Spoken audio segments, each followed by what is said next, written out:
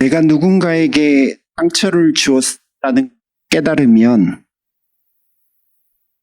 미안해, 잘못했어, 용서해 라고 말하는 게 지혜롭습니다. 설명이 필요하다고 느껴지시면 설명하고 꼭 용서를 구하십시오. 아니면 설명이 아니라 또 다른 변명으로 그칠 수 있습니다. 반대로 누군가가 나에게 상처를 주었을 때 우리는 두 가지 선택지가 있습니다. 첫 번째는 복수의 길입니다. 두 번째는 주님의 길입니다. 복수 대신에 온유와 용서를 선택해야 한다는 것을, 그게 주님의 길이라는 것을 모르는 사람은 없습니다. 그러나 내가 상처받는 입장이 되면 의외로 복수의 길을 걷게 될 가능성이 훨씬 큽니다.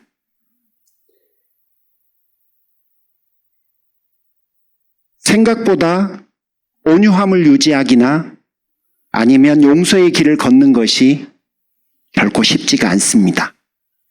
그거는 다른 사람 이야기가 아니라 내 경우가 되면 그렇습니다. 따라서 상처받지 않고 사는 인생은 없거든요. 그때마다 여러분이 복수의 길을 걸으실지 아니면 십자가의 길인 온유와 용서의 길을 걸으실지는 진지하게 고뇌해 주시기를 부탁드립니다. 탐욕은 내가 얼마나 많은 것을 취하려고 하느냐라고 하는 생각뿐만 아니라 그분이 나에게 주신 것을 어떻게 사용하느냐도 탐욕의 핵심이라고 말씀드렸습니다. 그분이 나에게 주셨을 때에는 분명한 의도가 있는데 그 의도는 나를 통한 베품과 나눔입니다. 수입의 1%를 흘려보내보시는 그런 멋진 인생들이 되시기를 권해드립니다. 오늘은 마지막 6번째 설교입니다. 우리 내면에 있는 시기와 질투에 대한 이야기를 하고 싶습니다. 친구가 승진하는 것은 문제가 안 돼요.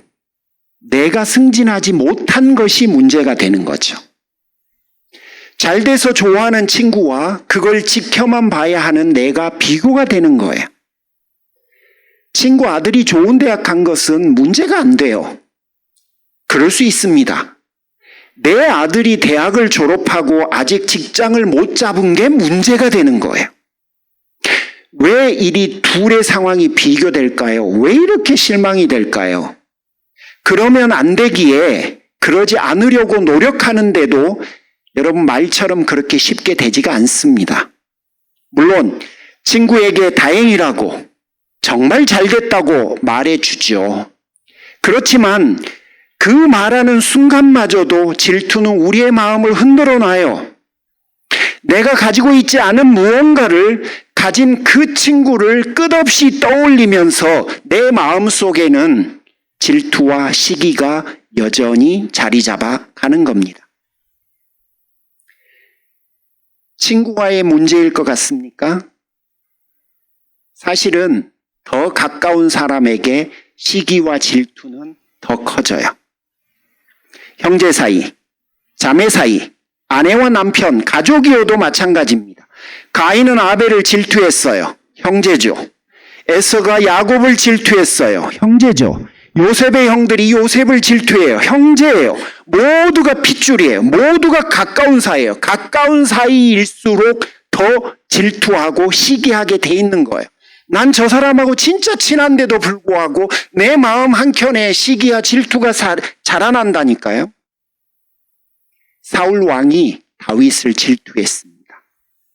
사울 왕은요, 다윗에게 은혜를 입은 사람이에요. 여러분, 시기하고 질투하는 마음 앞에서 과거에 받은 은혜는 옛날 일일 뿐이에요. 더 이상 떠오르지도 않아요. 우리는 남이 잘 되는 것 자체를 싫어하는 게 아니에요. 그거는 다 인정하고 그거는 다 좋아요. 그런데 남이 잘 되는 것 자체 때문에 결국에는 내가 시샘에 이릅니다. 다른 사람에게 있는 좋은 일 자체는 환영해요. 정말로 환영해요. 그런데 그 일이 나에게 와서 내 마음과 내 감정을 흔들어 놓고 나면 결국 그 일은 내 마음 속에 불편함을 남깁니다. 이 불편함은 부러움과는 달라요. 내 안에 존재하고 있는 열등감과 자격지심을 일깨우고 떠나기 때문에 그렇습니다. 그리고 상대를 나도 모르게 은근히 깎고 싶은 마음이 생겨요. 그리고 기회가 되잖아요. 그럼 어떤 때는 공격하고 싶은 마음까지 생겨요. 그래서 잠언 14장 30절에서 질투를 하면 뼈까지 썩는다. 이 말은 너의 인생에 악한 영향을 받게 된다라는 겁니다. 질투가 부러운 것을 가지고 있는 그 사람과 나만의 문제로 끝나면 그나마 다행입니다. 우리는 대부분 그렇다고 생각합니다. 하지만 질투는 다른 사람과 나와의 문제에서 하나님과 나와의 문제로 바뀝니다. 즉, 질투는 신앙에 영향을 미치기 시작합니다. 질투는 상대와 나와에게서만 머물지 않고 그 방향을 하나님을 향해서 틀어요. 하나님, 저 사람에게는 주시면서 왜 저에게는 안 주십니까? 저 사람에게 은혜를 주신 게 있으면 그건 상관없어요. 좋은 일이에요. 우리는 다 그 정도는 인정해요. 다만 저 사람에게 주셨다면 나에게도 주시든지 아니면 나에게는 더 주셔야 되는 건데 왜 저한테는 안 주십니까? 라는 게 저 사람과 나와의 질투가 나와 하나님과의 방향으로 바뀌게 되죠. 왜입니까? 친구에게만 해주시고 나에게는 해주시지 않은 것, 그런 하나님을 향해서 우리는 유감이 있어요. 놀랍게도 우리는 다른 사람과의 관계를 가지고 하나님께 들이댑니다. 시기는 상대가 가진 것을 보게 함으로 내 자신에게 있는 것을 제대로 보지 못하게 만들어요. 남의 떡만 크게 보이게 만들죠. 이게 사실인가요? 아니라는 걸 시기하는 사람들도 다 알아요. 하지만 시기에 빠진 사람, 빠지지 않는 사람은 다 아는 그것을, 시기에 빠진 사람은 자기가 받은 떡을 절대 못 봅니다. 시기하는 사람은 다른 사람이 받은 것만 보이거든요.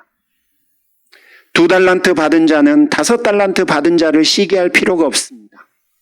더 적게 받았다고 자기 연민에 빠질 필요도 없습니다. 모두가 5달란트를 받아야 할 필요도 없고 또 5달란트를 받았다고 해서 더 좋아할 이유도 없습니다. 많이 가지면 더 사랑받는 사람이라는 생각은 하나님에게서 온 것이 아니고 하나님이 준 것도 아니니까요. 그러면 왜 우리는 이렇게 자꾸 은혜를 가지고 시기와 질투에 빠질까요? 바로 많은 일들을 경쟁 관계로 파악하기 때문에 그렇습니다. 누가복음 15장에 보면 두 아들 이야기가 나옵니다. 우리는 그 비유를 보통 탕자의 비유라 이렇게 표현합니다. 그런데 그 중에 그 이야기들의 핵심은 이거잖아요. 큰형이 돌아와서 잔치가 벌어졌길래 무슨 일이냐 라고 물으니 동생이 돌아왔습니다. 동생이 돌아온 게 너무 기뻐서 아버지가 잔치를 베푸셨습니다. 아니, 나에게는 한 번도 안 해주셨더니 쟤는 전 재산까지 탕진하고 왔는데 무슨 잔치란 말이냐. 큰아들은 그 시간부터 집을 들어가지 않았습니다. 여러분, 큰아들이 왜 그랬을까요? 동생에 대한 시기와 아버지에 대한 서운함 때문이었을까요? 그럴 수도 있습니다. 하지만 여러분, 그게 전부가 아닙니다. 그 본문에서 우리에게 말하는 것은 첫째 아들이 가지고 있었던 자기 교만 때문이라고 이야기합니다. 근거를 두 가지를 말씀드릴게요. 누가복음 15장 29절을 보면 보통 아버지가 나와서 아버지한테 말을 할 때 우리는 이렇게 말할 거예요. 아버지, 이게 맞는 거 아니에요? 라고 할 거예요. 그런데 그 본문의 헬라어는 이두라고 하는 단어로 시작해요. 이두는 한국말로 하면 보세요. 뭐 이런 말이고, 그래서 영어는 look 혹은 behold 이렇게 번역을 하는데, 여러분 그 29절에 시작하는 첫째 아들이 아버지한테 하는 뉘앙스로는 저는 이렇게 번역합니다. 이것 보세요. 보세요가 아니라 이것 보세요 같아요. 저는 그렇게 느껴요. 아버지를 아버지라고 부르지 않고 그 첫째 아들은 아버지를 향해서 이것 보세요 지금 그러는 거예요. 여러분, 이것 보세요라고 말하는 게 지금 정상인가요? 이거는 정말 어처구니 없는 상대를 향해서 비아냥거릴 때 우리는 이런 표현을 써요. 여러분은 최근에 누구를 향해서 이것 보세요라고 하는 표현을 써보셨어요? 저는 제 아내 외에 이런 말을 써본 적이 없어요. 제 아내에게는 왜 쓰냐면 이런 정도 말을 할 수 있는 사이는 세상에 제 아내를 빼놓고는 없다는 말이에요. 제가 제 아내를 막대한다는 이야기가 아닙니다. 결코 사용할 수 없는 단어라는 거예요. 누구한테든. 그런데 아들이 아버지에게 아버지라고 부르지도 않고 이것 보세요 하고 있어요. 두 번째는 계속되는 큰아들의 이야기가 29절에 나와 있어요. 세 번역에는 내가 여러 해 동안 아버지를 섬겼다라고 하는데, 이 섬기다라고 하는 헬라어 단어가 여러분 우리가 잘 아는 둘로스라고 하는 종이라는 헬라어 단어는 다 아시죠? 근데 그 종의 동사형인 듈로오라고 하는 단어예요. 그러니까 무슨 이야기냐면 지금 아들이 아버지를 위해서 지금까지 열심히 일한 것을 종이 주인에게 했다는 것과 똑같은 말로 지금 말하는 거예요. 그러니까 큰아들은 지금까지 사는 것을 종이 주인에게 한 것처럼 했다는 거예요. 그래서 제가 여러분에게 많이 강조하는 NET 바이블에서는 아예 이렇게 번역합니다. 저는 여러 해 동안 아버지를 종으로 섬겼습니다. 여러분, 어떤 생각이면 자식이 아버지를 위해서 일한 것을, 아니 자기 아버지잖아요. 하나님 아버지도 아니에요. 자기 아버지예요. 자기 아버지. 자기 아버지를 위해서 일한 것을 자신이 종으로서 일한 거라고 표현할 수 있을까요?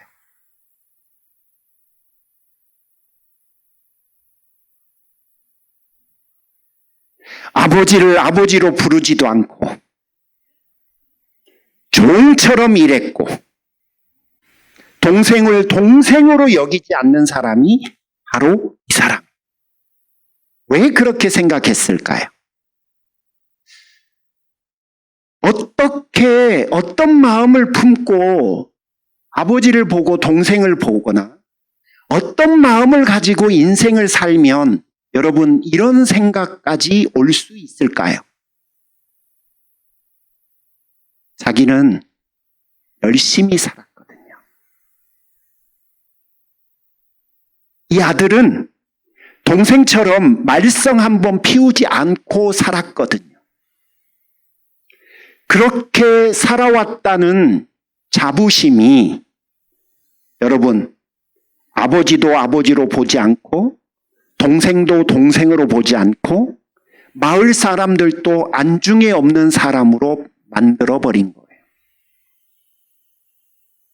누가복음 15장 29절에 나와 있는 그 두 개의 헬라어 단어는 독자들인 우리가 그걸 볼 수 있도록 의도한 것이라고 생각합니다. 놀랍죠?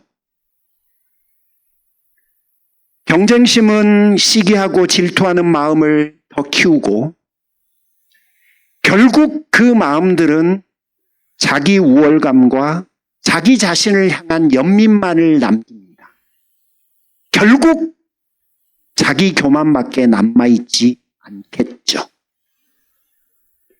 누가복음 15장 그 본문에 나와 있는 큰아들은 결국 자기 교만 때문에, 자기 우월감 때문에 그는 아버지 집을 들어가지 못하는 사람이 되고 맙니다. 그렇게 똑똑하게 굴면서 그렇게나 무시하던 동생도 아는 것을 그는 모르는 사람이 돼버린 거예요. 물론 둘째의 삶이 정답이라는 건 아니에요. 첫째의 삶도 잘못되었다는 것을 이야기하는 거죠. 나는 옳고 당신은 틀렸습니다 라고 하는 시선은 여러분 시기와 질투를 키울 뿐만 아니라 내 자신의 삶을 망가뜨릴 수 있어요.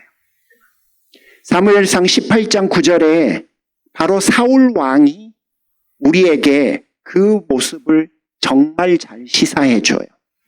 18장 9절은 그날 후로 사울이 다윗을 시기하고 의심하였다라고 기록합니다. 다윗을 시기하고 의심하는 인생에 빠져버린 거예요. 사울 왕이 시기에 덫에 빠진 거예요. 솔직히 미움에 빠지면 다른 게 안 보이잖아요. 그런데 시기와 질투에 빠져도 여러분 다른 건 안 보여요. 보일 수 있다고요? 나는 그럴 수 있다고요? 해보세요. 그럴 수 있는 사람 거의 없어요. 미움에 빠지면 상대를 사랑할 수 없고 시기와 질투에 빠지면 거기서 벗어날 수 있는 사람은 거의 없어요. 결국 어떻게 되냐? 다윗을 시기하는 마음은 왕으로서 잘못된 선택을 하게 만듭니다. 아들 요나단에게 그 아들의 가장 친한 친구를 죽이라고 명령해요. 그 명령을 받은 아들의 마음은 어떨까요? 시기하는 마음은 결국 아들의 마음을 산산조각 부셔버립니다. 딸 미갈에게는 남편이었던 다윗을 죽이라고 명령합니다.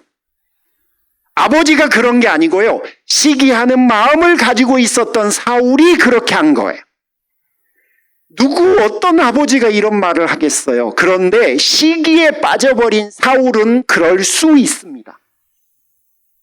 사울 왕은 그 후로 도망한 다윗을 찾아 죽이는 것이 그의 인생의 목표가 되고 말아요. 여러분, 왕의 목표가 다윗을 잡아 죽이는 거면 안 되잖아요. 그런데 여러분 그것에 빠지고 맙니다. 결국 시기로 인해 그의 삶은 자유를 잃습니다. 시기가 사울 왕의 인생 전체를 썩어가게 만들었어요. 그래서 오늘 본문은 우리에게 권면합니다. 개역 한글판으로는 이렇게 되어 있어요. 너희가 시기하여도 능히 취하지 못할 거다. 이 말은 시기해봐야 소용없다라는 거예요. 해결 방법이 뭡니까?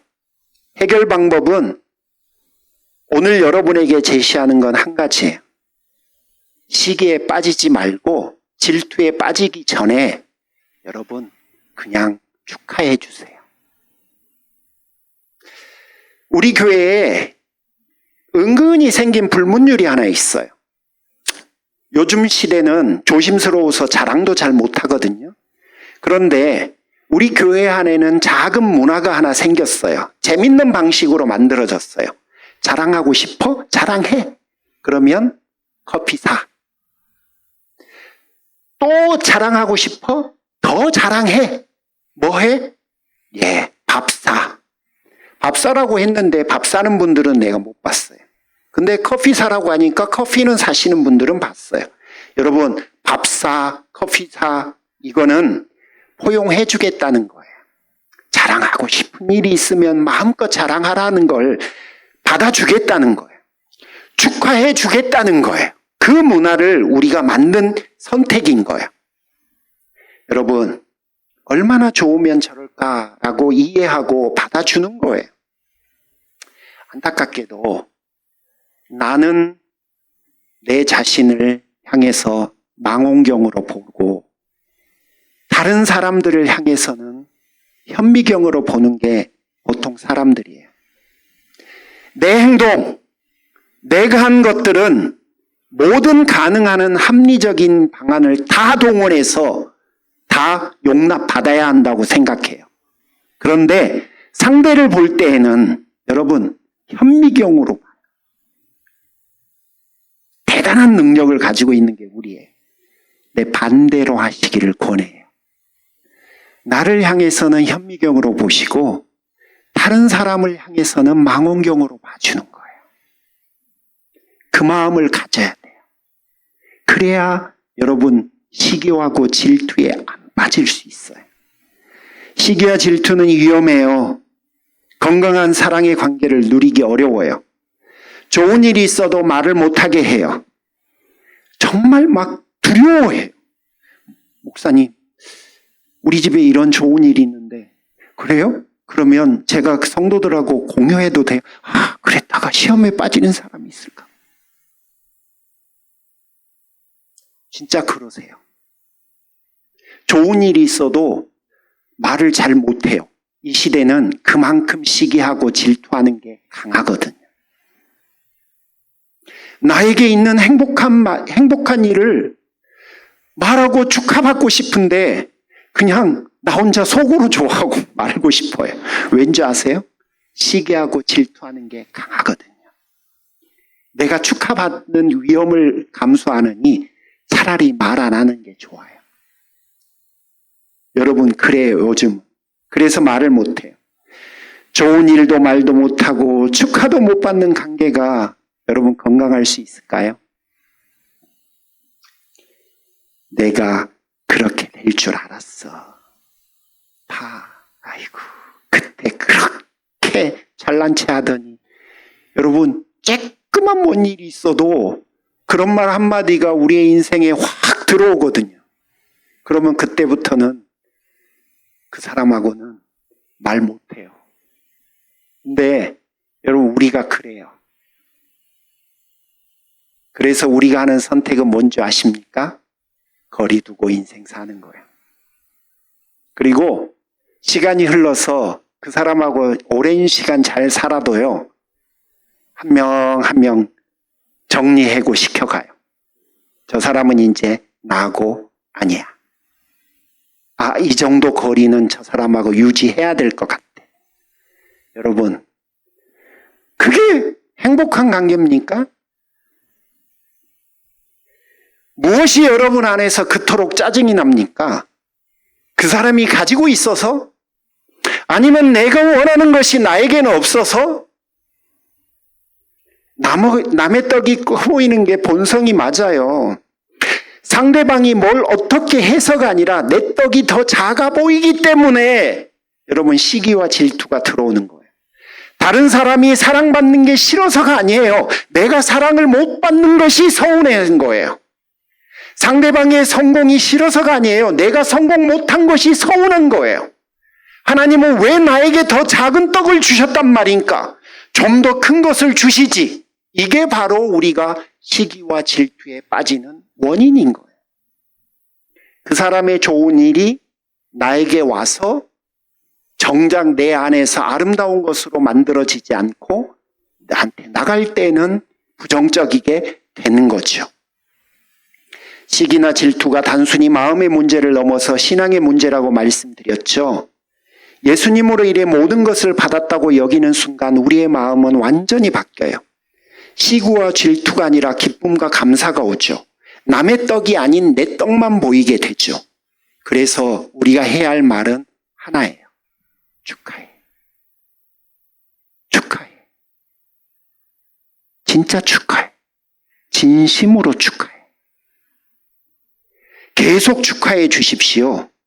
질투가 여러분 마음을 차지하기 전에 축하의 마음이 여러분을 차지할 수 있도록 축하를 계속해서 여러분 마음으로 초대하십시오. 여러분이 진심으로 축하하는 사람이 될 때까지 계속 축하하십시오. 그래서 여러분에게 드리고 싶은 마지막 한 문장은 여러분, 축하를 노력하십시오. 기도하겠습니다. 하나님, 우리 그렇게 멋진 사람으로 섰으면 좋겠습니다. 시기하고 질투하는 마음 때문에 씨름하고 어려워하기보단 차라리 진심으로 축하하는 사람이 되기 위해 힘들어하는 것이 훨씬 나을 것 같습니다. 주님, 이제 우리가 알았으니 이제 그렇게 한번 살아보게 해 주십시오. 내 주변에 있는 모든 사람들이 그 사람들에게 있는 모든 일들을 진심으로 축하해 줄 수 있는 그런 멋진 사람으로 우리가 서게 도와주옵소서. 저 사람에게 있는데 왜 나에게는 없냐고, 저 사람에게는 주시면서 왜 나에게는 안 주시냐고, 저 사람에게 있는 떡만 보고 나에게 있는 떡은 못 보고 인생 그렇게 고단하게 살지 않도록 주님, 우리를 붙들어 주시옵소서. 우리 공동체가 그런 멋진 공동체로 서기를 다시 한번 간절히 소원합니다. 예수님의 이름으로 기도 올립니다. 아멘. 여러분, 다 함께 일어나셔서 주님 주신 예물을 하나님 앞에 드리고 축복하겠습니다. 감사합니다. 주님 감사합니다. 이 시간 저희에게 귀한 것을 주셨습니다. 하나님, 김상문 권사님, 이진영 자매 불쌍히 여겨 주옵소서. 주님, 점점 더 어려워지고 있답니다. 긍휼을 베풀어 주시옵소서. 하나님, 사랑하는 성도들이 출타하고 외출하고 여행을 하는 시기입니다. 아프지 않게 지켜주십시오. 행복한 시간 주 안에서 마음껏 누릴 수 있도록 축복해 주십시오. 주님, 사랑하는 자녀들이 배우자가 필요하고 직장이 필요하고 공부할 곳이 필요하고 또 다양한 것들이 필요합니다. 주님, 모두에게 응답해 주시옵소서. 가정마다 주님 주신 놀라운 은혜들로 감사가 가득한 행복한 가정 되게 축복해 주시옵소서. 이제는 우리 주 예수 그리스도의 은혜와 하나님 아버지의 극진하신 사랑하심과 성령님의 감화 감동 내주 충만 역사하심이 시기하고 질투하는 마음이 우리의 마음속에 찾아오기 전에 진심으로 축하하는 마음을 훈련하기로 애쓰는 사랑하는 모든 성도들에게 지금부터 영원토록 함께 하시기를 간절히 축원하옵나이다. 아멘.